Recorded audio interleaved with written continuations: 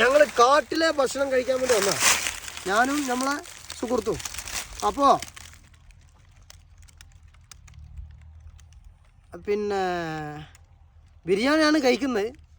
ഇത് ഞങ്ങൾ ബത്തേരിയാണുള്ളത്. ഭയങ്കര ഒരു എന്താ പറയുക, മനസ്സിന് കുളിർമയും മൈൻഡ് റീചാർജബിളും ആണ്. ഞാനും എൻ്റെ ചാനലിൻ്റെ ആളായ മുരുകൻ ഭായി. അപ്പോൾ അത് നിങ്ങളെ മൈൻഡ് റീചാർജ് ചെയ്യാൻ വേണ്ടിയിട്ടാണ് ഇവിടെ വന്നിട്ട് ഭക്ഷണം കഴിക്കാൻ ഉദ്ദേശിക്കുന്നത്? മൈൻഡ് റീചാർജ് ചെയ്യണമെങ്കിൽ കാട്ടിൽ തന്നെ ഇരിക്കണം. പ്രൈവസി ആണല്ലേ, ഭയങ്കര പ്രൈവസിയാണ്. ആ സിറ്റിയിൽ ഉണ്ടാകുമ്പോൾ ആ സിറ്റിയിലുള്ള 1000 ആൾക്കാരെ ചിന്ത നമ്മളെ തകർക്കും, നമ്മൾക്കും ആ ചിന്തയിൽ പോകും. എന്നാൽ കാട്ടിലാകുമ്പോൾ കാട്ടിൽ മരത്തിനൊരു ചിന്തയില്ല, മൃഗങ്ങൾക്കൊരു ചിന്തയില്ല. ആ ചിന്ത നമ്മളെ മൈൻഡിലേക്ക് റീചാർജബിളായി നമ്മളെ മനസ്സിനെ പുതുമയാക്കി, മനസ്സിന് സന്തോഷവും തലയ്ക്ക് ഭയങ്കര സമാധാനം ഉണ്ടാകും. ഞങ്ങൾ കഴിക്കുകയാണ്. ഈ കൊടും കാട്ടിൻ്റെ ഉള്ളിൽ തന്നെ വന്ന് കഴിച്ചാലാണ് അതിൻ്റെതായ ഒരു മൈൻഡ് റിലാക്സ് ആവുള്ളൂ. കൊടും കാട്ടിൻ്റെ ഉള്ളിൽ കഴിക്കുന്നതാണ് ഒരു മൈൻഡ് റീചാർജബിൾ, മനസ്സിന് സന്തോഷം. അവിടുന്ന് വരുമ്പോൾ തന്നെ എൻ്റെ മൈൻഡ് അങ്ങനെ ഉണ്ടായി. അതെ അതെ, ഭയങ്കര ടെൻഷനും പിന്നെ മുഖത്ത് നോക്കാൻ പറ്റാത്ത. പിന്നെ കുറച്ച് കഴിഞ്ഞ് ഈ കാട്ടിന്റെ ഉള്ളിലേക്ക് കയറുന്തോറും നിങ്ങളുടെ മൈൻഡ് മാറിക്കൊണ്ടിരിക്കും.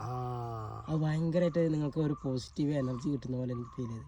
അതുപോലെ തന്നെ എനിക്കും ചെറിയ ടെൻഷൻസ് ഒക്കെ ഉണ്ടായിരുന്നു. പക്ഷെ ഞാനിവിടെ എത്തിയപ്പോൾ, കാട്ടിൻ്റെ അകത്ത് എത്തിയപ്പോൾ എൻ്റെ പൊന്നോ ഒന്നും പറയാനില്ല, അടിപൊളിയാ.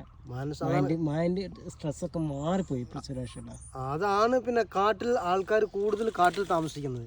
ഈ മസനക്കുടി, മുതുമല ഇങ്ങനെയുള്ള ഫോറസ്റ്റിലൊക്കെ ആൾക്കാർ താമസിക്കാൻ കാരണം അവർക്ക് ഒരു ചിന്തയില്ല, മനസ്സിന് ടെൻഷൻ ഇല്ല, ഒന്നുമില്ല. ഇപ്പോൾ കോടിക്കണക്കിന് കടം കൊടുക്കാണ്ടാവും, പല ബാധ്യതകളും ഉണ്ടാവും. ആ വാക്കന്നെ വേർഡ്സ് തന്നെ ഇവിടെ ഉപയോഗിക്കാൻ പാടില്ല. എത്ര മനസ്സിനൊരു ശാന്തത അറിയും കാട്ടിലിരിക്കുമ്പോൾ.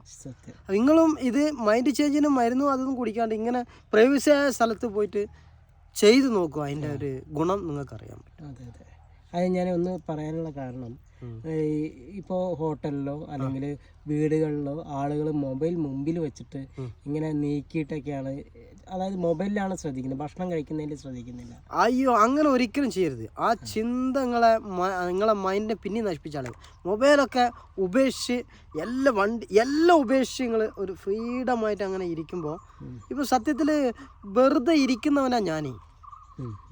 വെറുതെ ഇരിക്കൽ ബുദ്ധിമുട്ടാണ്, എന്നാൽ ഇരുന്നവൻ ജ്ഞാനിയാണ്, ജ്ഞാനമുള്ളവൻ. അത് ഒരുപാട് പടത്തിലും ഒരുപാട് കോമഡിയിലൊക്കെ പറയുന്നുണ്ട്. വെറുതെ ഇരുന്നാൽ മാത്രമേ ജ്ഞാനി, വെറുതെ ഇരിക്കാൻ ബുദ്ധിമുട്ടാണ്, വെറുതെ ഇരിക്കണവൻ ജ്ഞാനിയാണ്. ഒരുപാട് പുരാണ ഗ്രന്ഥങ്ങളിൽ വായിച്ചിട്ടുണ്ടല്ലോ. പക്ഷികൾ കൊയ്യാറില്ല, വിതയ്ക്കാറില്ല, കൊയ്യാറില്ല, എന്നാൽ അത് ആഹാരം കഴിക്കുന്നു, സമാധാനമായിരിക്കുന്നു.